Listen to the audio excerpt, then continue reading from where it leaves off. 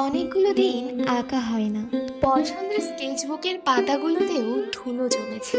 তাই আজ এই গরমের পড়ন্ত বিকালে একখানা স্কেচবুক আর পেন্সিল নিয়ে বসেছি, আর আঁকছিও তেমনই একখানা মিষ্টি মেয়ের ছবি, যেন বসন্তের শিমুল পলাশ ফুল।